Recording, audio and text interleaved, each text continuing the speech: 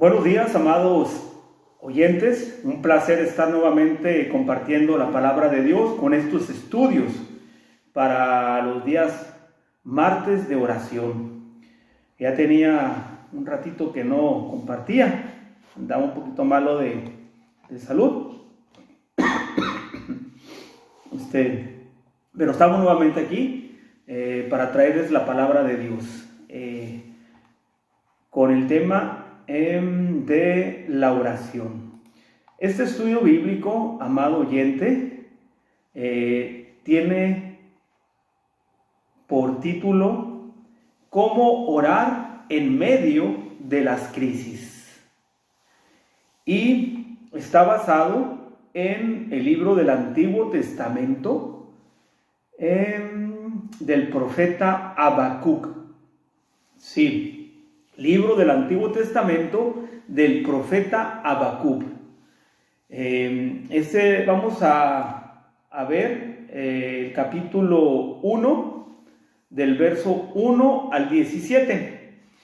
Y también vamos a tomar en cuenta en este estudio el capítulo 3 del verso 2. Nuevamente voy a decirles el pasaje bíblico. Habacuc, capítulo 1, verso del 1 al 17. Y capítulo 3, verso 2. No voy a hablar exactamente sobre Habacuc, capítulo 1, de verso 1 al 17. Eso ya es el contexto, ¿no? Voy a tomar, más que nada, el capítulo 3 del verso 2. Y es este capítulo 3 del verso 2, el libro de Habacuc, donde le voy a dar una lectura bíblica para de ahí entrar en contexto. Pero antes de comenzar con este estudio, voy a hacer una oración para ponerme en las manos de Dios y deseo de todo corazón que usted, amado oyente, hermanos y hermanas de la iglesia Esmirna, puedan acompañarme haciendo esta oración. Oremos, amados oyentes y hermanas y hermanos. Gracias, Señor.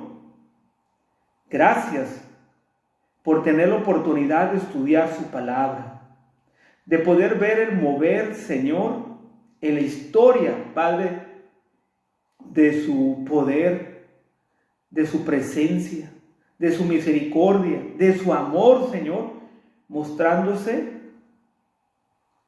ante el mundo. Ante este mundo, Señor, que necesita, Señor, de usted en sus corazones.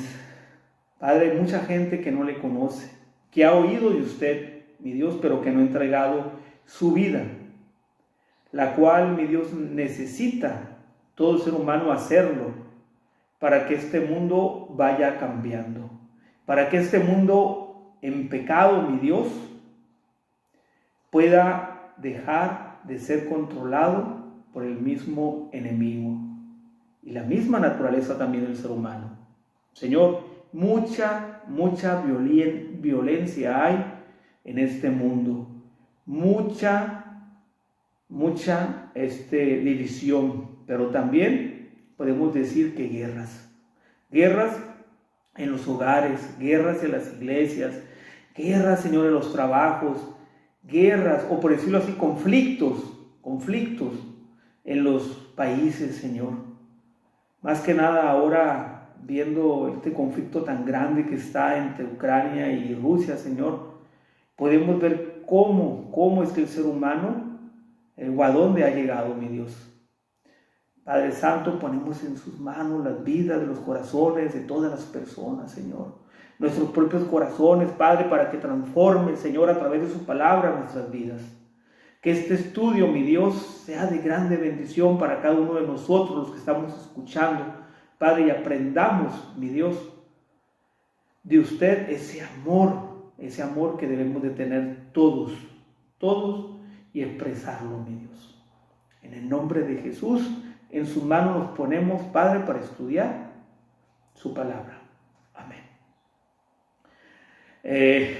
Gracias a Dios estamos Va bien, estoy con ustedes, listo para compartirles la palabra de Dios. Sí, con el tema cómo orar en medio de las crisis. Voy a dar lectura, amado oyente, a Habacuc capítulo 3, verso 2. Voy a tomar de dos Biblias, en la Reina Valera 60, y después voy a leer a mismo Habacuc de lenguaje actual. ¿Sí? Traducción, lenguaje actual. Reina Valera, esta traducción dice así: Oh Jehová, he oído tu palabra y temí. Oh Jehová, aviva tu obra en medio de los tiempos. En medio de los tiempos, hazla conocer. En la ira, acuérdate de la misericordia. Habacuc capítulo 3, verso 2 de la versión Reina Valera. Ahora, amado oyente, voy a darle lectura a Habacuc capítulo 3, verso 2, traducción en lenguaje actual. Y dice así la palabra de Dios: Dios mío, yo sé bien todo lo que has hecho, y por eso tiemblo en tu presencia. Déjanos ver en nuestros días tus grandes hechos de otros tiempos. Si te enojas con nosotros, no dejes de tenernos compasión. Estas dos traducciones, ¿sí? Que le acabo de leer, es el pasaje clave que vamos a estudiar para responder a esta pregunta, ¿sí?, que mencioné anteriormente, que lleva como título este estudio: ¿Cómo orar en medio de las crisis? Pues bien, vamos a ver este libro de Habacuc, capítulo 3, verso 2. Pero me gustaría antes poder también tomar en contexto qué significa el nombre de Habacuc, porque vamos a estudiar este libro de Habacuc. Bueno, probablemente, amado oyente, según capítulo 1, verso 1, capítulo 3, verso 1, significa este nombre uno que abraza, ¿sí? Al final de la profecía del libro de Habacuc, este nombre se vuelve apropiado conforme el profeta se aferra a Dios, independientemente de su confusión por los planes que Dios tenga hacia su pueblo. Independientemente. Ahora, ¿quién era este profeta llamado Habacuc? Bueno, era un profeta, vaya la redundancia, que profetizó en Judá. Subrayo esa palabra, en Judá, durante el reinado de Joaquín, ¿sí?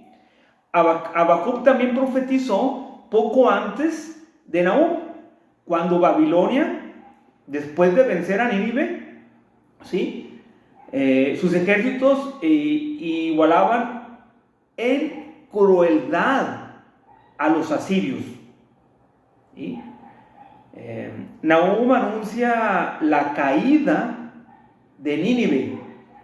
Habacuc, ¿sí?, se alarma por la aparición de esta nueva y tremenda amenaza.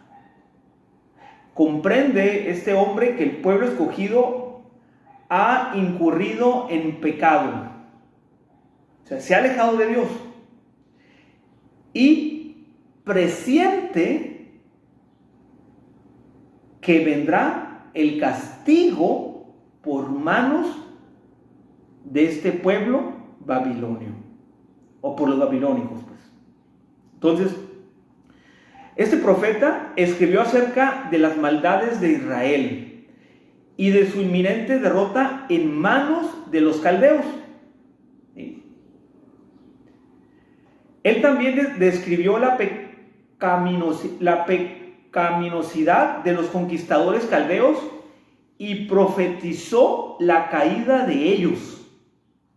Este libro concluye con una oración, subrayo esta palabra, de fe. Fe. Una oración de fe. ¿Sí? Y es algo que nosotros, los hijos e hijas de Dios, debemos de tener en todo momento. Fe. Porque el cristiano y la cristiana vive por fe. Andamos por fe. Y cuando vienen situaciones a nuestras vidas que nosotros no podemos controlar, ahora con esto de la guerra que está allá entre Rusia y Ucrania, y que nos desespera y quisiéramos que ya se acabara, quisiéramos que no llegara a más, ¿verdad? Pues no queda otra, diciéndolo en la carne, no queda otra más que confiar en Dios. En todo momento, amado oyente, debemos de confiar en Dios, no solamente cuando suceden estas crisis o estas guerras, en todo momento nosotros debemos de confiar en Dios. Muy bien. Habacuc capítulo 1, verso del 1 al 17, vamos a darle un pequeño resumen referente a esto, ¿verdad? Cuando digo esto me refiero a cómo orar en medio de las crisis, ¿no? Dice Habacuc capítulo 1, del 1 al 17. Muy bien. Aquí el profeta, ¿sí? Del capítulo 1, se queja de la injusticia de Dios. O más, pues sí, se queja de la injusticia por todo lo que está sucediendo, y más bien y todo lo que va a acontecer, ¿no? Hace esta pregunta, posiblemente se haga esta pregunta este profeta y también nosotros nos las hagamos en circunstancias difíciles, ¿no? Y es, ¿por qué no interviene Dios? ¿Por qué Dios no hace nada? Cuando vemos a Ucrania y Rusia, cómo se están lastimando, cómo se están matando entre ellos, cómo están falleciendo personas de la tercera edad, niños, personas inocentes. ¿Por qué no interviene Dios? ¿Por qué Dios deja que eso suceda? Y pueden ser otras situaciones también en la cual podemos tener nosotros esas preguntas, ¿no? Y podríamos decir que suena como una queja sobre las injusticias que están aconteciendo. Por eso quise tomar desde Salmos, del estudio de Salmos me vine hasta el libro de Habacuc para tomar este estudio referente a los sucesos, ese suceso que se está dando muy tremendo, que es Ucrania y Rusia. Sí, necesitamos orar por esta situación, pero ¿cómo orar en medio de esas circunstancias, ¿no? Y de otras que puedan venir. Entonces, este estudio es muy bueno para poder tratar al respecto, ¿no? Esa situación. Pero también, otro aspecto aquí, en Habacuc capítulo 1, del 1 al 17, podemos ver que los caldeos, o sea, Babilonia, pretende dañar a este pueblo Judá. Pretende dañar. ¿Sí? Y aquí viene una pregunta interesante. ¿Por qué permite Dios estas cosas? ¿Por qué Dios permite que haya sufrimiento, que los poderosos lastimen a los que son menos poderosos o los débiles, por llamarlo así? ¿Por qué Dios lo permite? ¿Y la misericordia de Dios? ¿Podríamos pensarlo?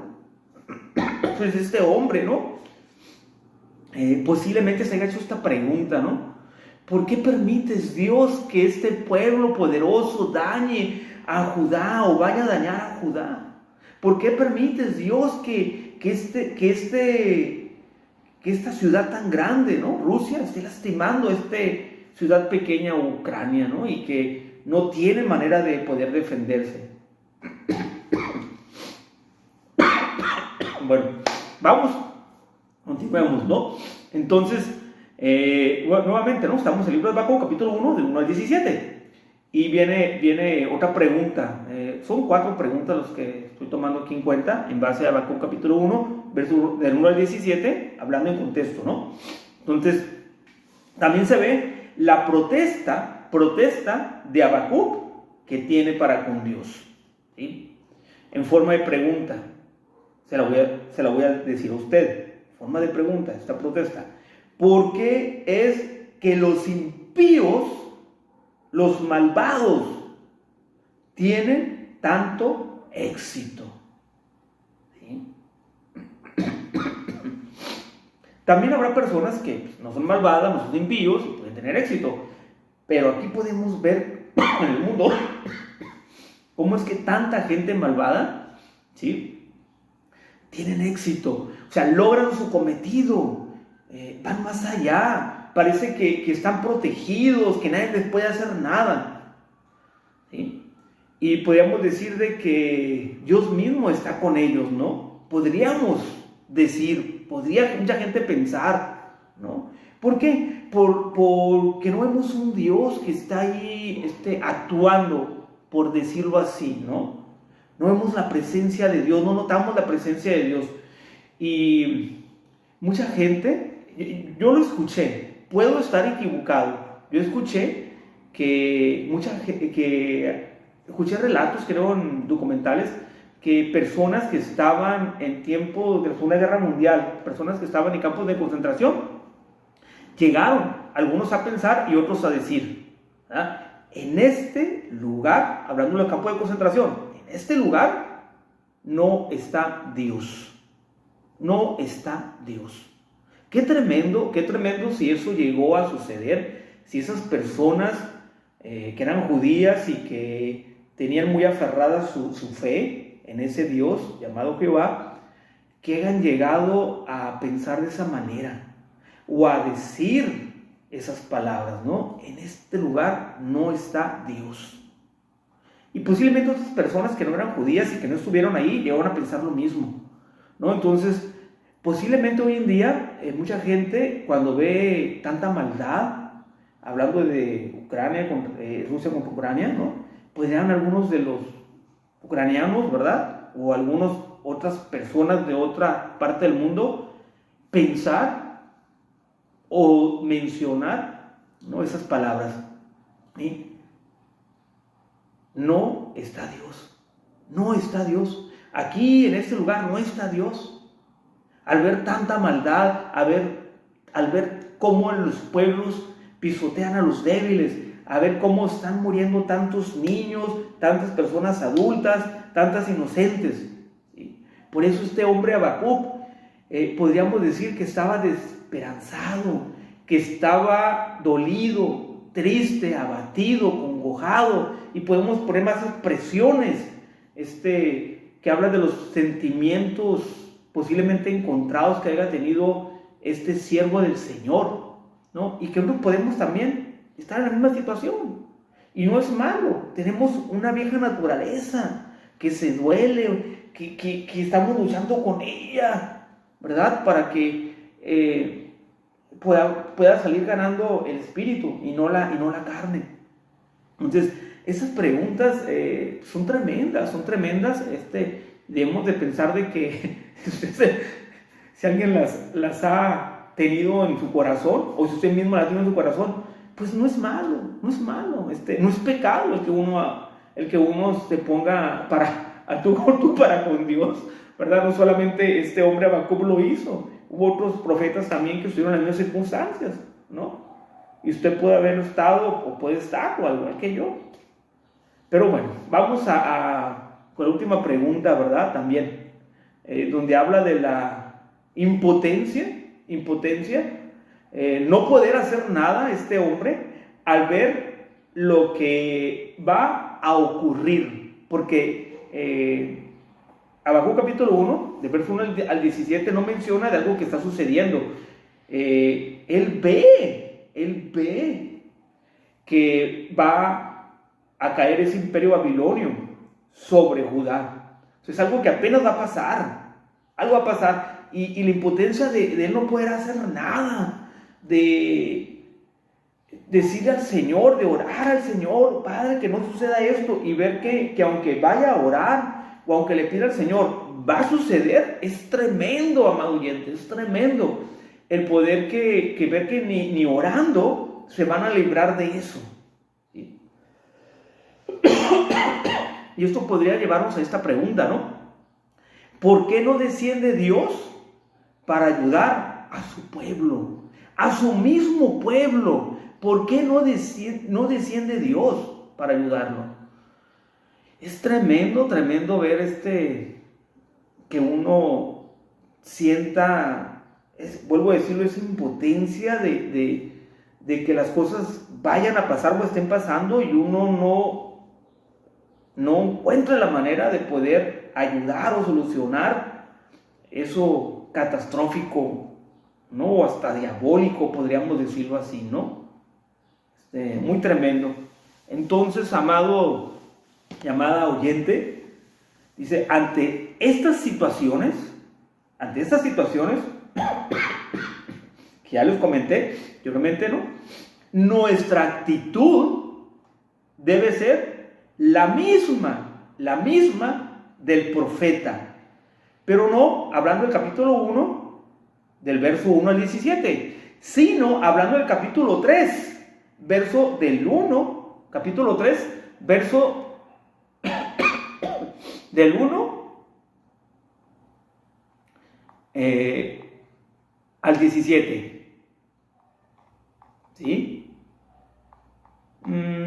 Estoy viendo aquí en mis notas. A ver, sí. Muy bien, sí. Sino debe ser la actitud misma del profeta, basándonos en Habacuc capítulo 3. El capítulo 3, no capítulo 1, capítulo 2. El capítulo 3, amado oyente, lea el capítulo 3. Esa es la actitud que nosotros debemos de tener, ¿sí? Del capítulo 3 en adelante. Muy bien, entonces, ¿cuál debe ser la actitud que debe caracterizar al cristiano, a la cristiana, en un tiempo de adversidad y de prueba? Vuelvo a mencionar la pregunta esta, ¿sí? Como una oración de transición, ¿sí? ¿Cuál debe ser la actitud que debe caracterizar al cristiano, a la cristiana, en un tiempo de adversidad y de prueba? La respuesta, la misma del profeta Habacuc. La misma, amado oyente. La misma, capítulo 3 del libro de Habacuc. Capítulo 3 en adelante. Y vamos a leer el verso 2. Dice que este hombre, dijo estas palabras. Oh Jehová, he oído tu palabra. Este hombre tuvo una actitud, para empezar, ¿sí?, de humillación. De humillación. ¿Sí? Estamos hablando de una completa sumisión a la voluntad de Dios. Se humilló ante ese Dios todopoderoso, ante el Creador,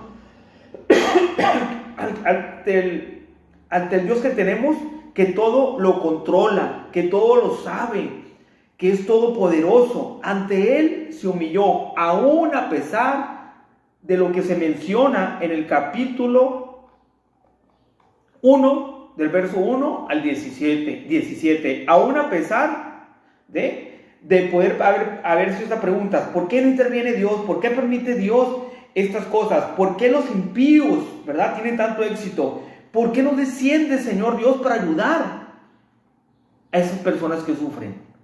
Aún a pesar de esas preguntas que se le puede haber venido a ese hombre, que se nos viene a nosotros, ¿verdad? Debemos de tener una actitud de humillación para con nuestro Dios.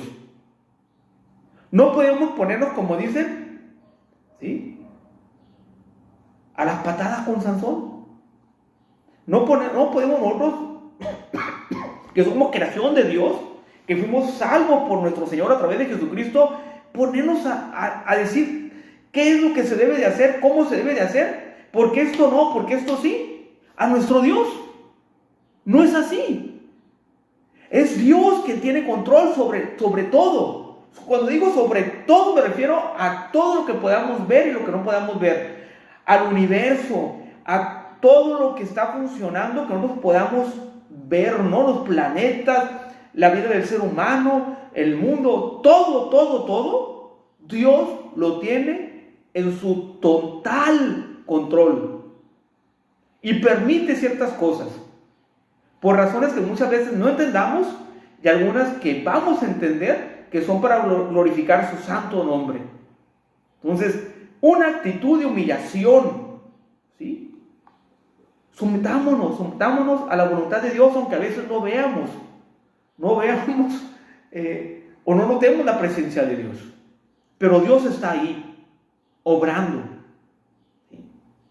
Entonces, este hombre, ¿no?, llegó a esta posición que ahorita mencioné, de someterse a la voluntad de Dios, ¿no? Cuando dejó de pensar en su propia nación, o en ese pueblo que los iba a invadir, ¿no?, los caldeos, y contempló solo la santidad, subrayo la palabra santidad, y la justicia, subrayo la palabra justicia, de Dios, contra el oscuro fondo del pecado del mundo. Así es, amado oyente, contra el oscuro fondo del pecado en el mundo.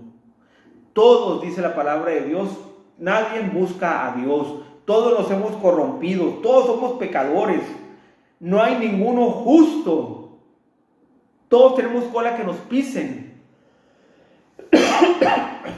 No podemos nosotros empezar a juzgar a los demás, ¿verdad?, cuando nosotros mismos en nuestra casa, a nuestro alrededor, estamos haciendo, ¿verdad?, de las nuestras. Un ejemplo: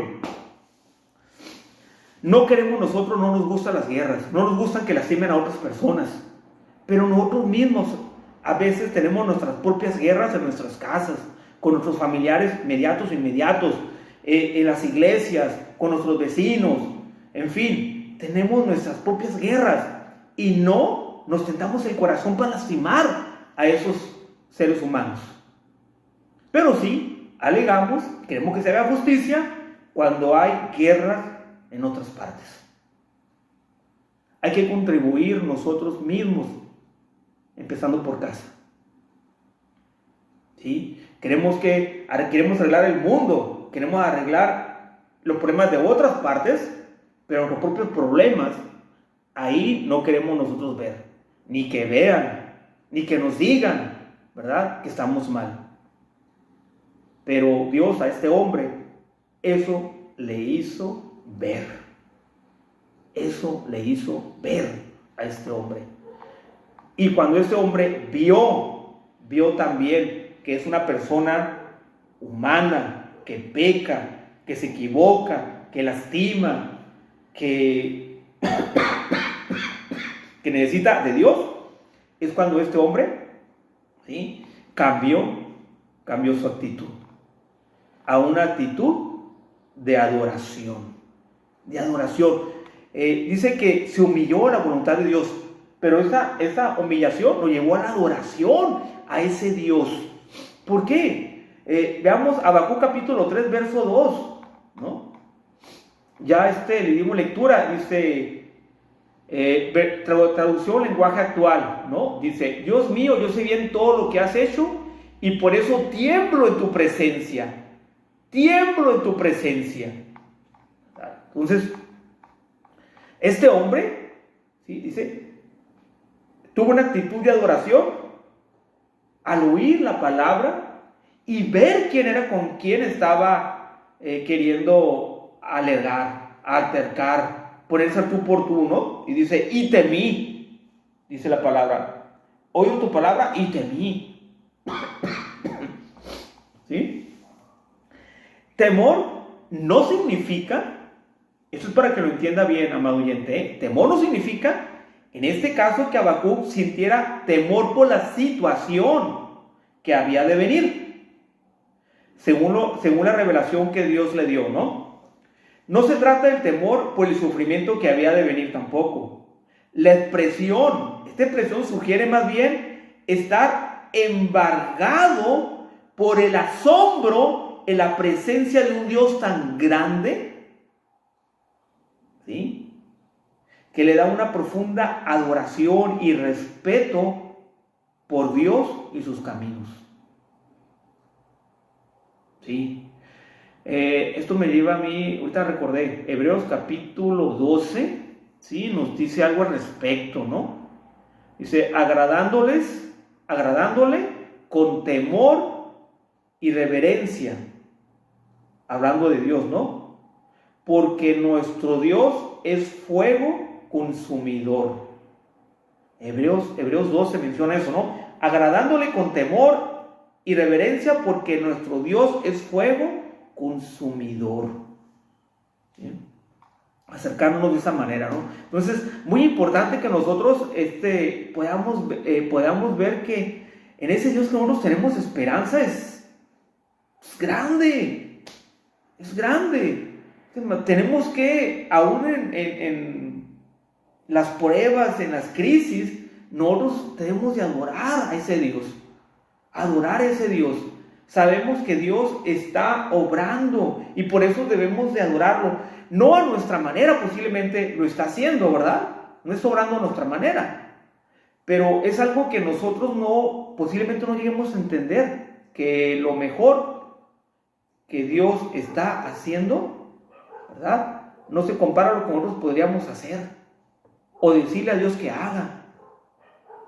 Nosotros debemos vivir en adoración para con nuestro Dios, ¿sí? Postrados, Señor Padre Santo, y no andar poniéndose a tú por tú para con Dios, ¿sí? Dios es todopoderoso, nadie puede con Él, y nadie va a poder ponerse a tú por tú con Él y lograr su cometido, ¿no? Entonces, ya para terminar, amado oyente, estoy llevando ya mi buen tiempo de media hora. También menciona Habacuc capítulo verso 3 al verso 2, menciona una actitud que tuvo él de llevar su petición a Dios, llevar su petición. Dice así la palabra de Dios: oh Jehová, aviva tu obra en medio de los tiempos, hazla conocer. Hazla conocer, en la ira acuérdate de la misericordia. ¿Sí? Estas palabras, en la ira acuérdate de la misericordia. ¿Cómo lo dicen en lenguaje actual? A ver, si te enojas con nosotros, no dejes de tenernos compasión. Si te enojas con nosotros, no dejes de tenernos compasión, ¿sí? Entonces, él llevó su petición a Dios. Padre Santo, ten compasión de nosotros, Señor, ¿verdad? Hemos nosotros también pecado como ese pueblo babilonio. Hemos hecho también lo malo. No estamos bien delante de ti, mi Dios. Perdónanos, Padre Santo, ¿verdad? Entonces, ¿cuál fue esa petición que hizo este hombre Habacuc? Dice, no fue, posiblemente usted estaba pensando en esas palabras, ¿verdad? Pero no fue de liberación, Eso tenía que pasar y él lo llegó a entender. El profeta Habacuc lo llegó a entender. No podía librarse de eso, de la invasión. Entonces, no era de liberación, no era de alivio, ni tampoco que Dios impidiera la guerra, más que la petición de este hombre Habacuc, ¿sí?, fue de dos cosas. Y ponga mucha atención aquí, amado oyente. La petición fue de dos cosas. Una, de purificación para su pueblo. Qué tremendo esa palabra, de purificación. Necesitaba ese pueblo ser purificado, ¿sí? Necesitaba ese pueblo volverse a Dios, encontrarse con ese Dios a través del sufrimiento, a través del dolor, a través de la desesperanza. Ese pueblo que una vez, ¿sí?, le siguió a Dios, le había dejado. Y a través del dolor, el sufrimiento, la desesperanza, a través de eso que se iba a acontecer, iba a volver a Dios. La segunda petición que hizo Habacuc fue referente a la corrección. A la corrección de este pueblo. Había dejado los caminos de Dios y tenía que volver a ellos. Tenía que considerar a Dios, ¿sí? Así como nosotros muchas veces tenemos que hacer lo mismo. O aquellas personas que una vez le conocieron y se olvidaron de los caminos, tienen que volver a Dios. Y ya, amado oyente, para concluir, el mensaje del libro de Habacuc es que nos humillemos en verdad, olvidando a los demás y a aquellos que son peores que nosotros, por decirlo de esta manera. Debemos vernos tal y como somos en la presencia del Señor y confesar nuestros pecados y encomendarnos en sus manos de nuestro Dios, que es todopoderoso. Hasta que no hagamos esto, amado oyente, no tenemos, por decirlo de esta manera, no tenemos derecho a disfrutar de la paz y la felicidad. Debemos enfrentar nuestra situación personal de la misma manera, preguntándonos: ¿hay algo, Señor? ¿Hay algo en mi vida que está mereciendo que me suceda esto? ¿Que me suceda esta situación desagradable? O podrían decir algunos estas palabras, ¿no?, de esta manera: ¿este castigo de Dios? ¿Sí? ¿Hay algo en mi vida, Señor, que está mereciendo que yo pase por esto? ¿Sí? Muy importante, amado oyente, examinémonos. ¿Cómo está nuestra vida? Y humillémonos bajo la mano poderosa de Dios. Y preocupémonos principalmente por el estado de nuestras almas. ¿Sí? ¿Por qué? Porque el problema es que siempre miramos a la situación. ¿Sí? A la situación y al problema, en lugar de procurar descubrir si hay algo en nuestra vida que conduce a Dios a proceder de esta manera. La epístola a los Hebreos, amado oyente, declara que la disciplina es una prueba de que somos hijos de Dios. Hebreos nos dice: el Señor al que ama, disciplina. Y si no sabemos lo que significa la disciplina, deberíamos alarmarnos, pues si somos hijos de Dios, Él se interesa por nosotros y se ha propuesto llevarnos a la perfección. Si no escuchamos su voz, Él buscará otra forma para llevarnos al fin propuesto. ¿Por qué? Porque el Señor al que ama, disciplina y azota a todo el que recibe por hijo. Tengamos eso en cuenta también, amado oyente. Y eso va para nosotros como hijos e hijas de Dios. Vamos a orar para terminar este estudio. Gracias, Padre Santo, por su palabra. Gracias, Señor, porque usted nos habla continuamente, Padre Santo, y nos hace ver nuestros errores. Nos hace ver, Padre Santo, que primero es nuestra relación para con usted antes de mirar los problemas que se están dando fuera. O los problemas también que muchas veces nosotros nos encontramos. Gracias, mi Dios, por este tiempo, y ponemos en sus manos nuestras vidas, Padre Santo, para que nos vaya purificando continuamente y vayamos nosotros, Señor,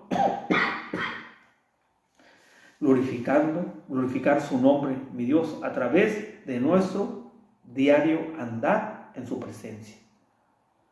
Bendiciones a cada uno de ustedes, amados oyentes, bendiciones, amados hermanas y hermanos en Cristo de la Iglesia de Esmirna.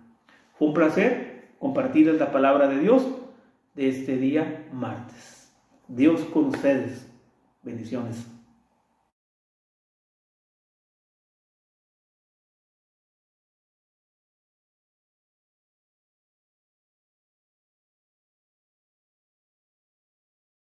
Nuestro buen Padre Celestial, te agradecemos, Señor, este tiempo.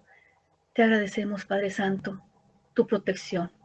Pedimos en estos momentos tu bendición, Señor, que tú nos acompañes en nuestra vida, que tú nos acompañes en cada decisión, en cada pensamiento, en cada palabra, en cada hecho, Señor, en cada plan, Señor, que tenemos.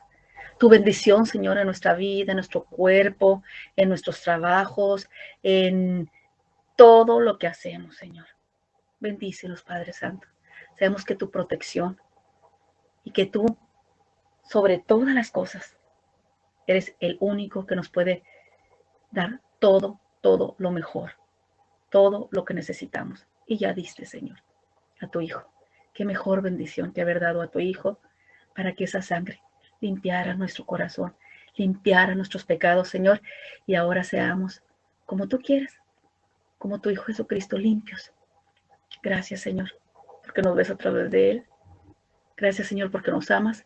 Gracias por tu gran bendición. Te pedimos que nos acompañes, que estés siempre con nosotros en nuestro caminar, en el amanecer, en el transcurso del día y en el anochecer. Bendito seas nuestro buen Padre Celestial. Gracias por todo en el nombre de Jesucristo. Amén.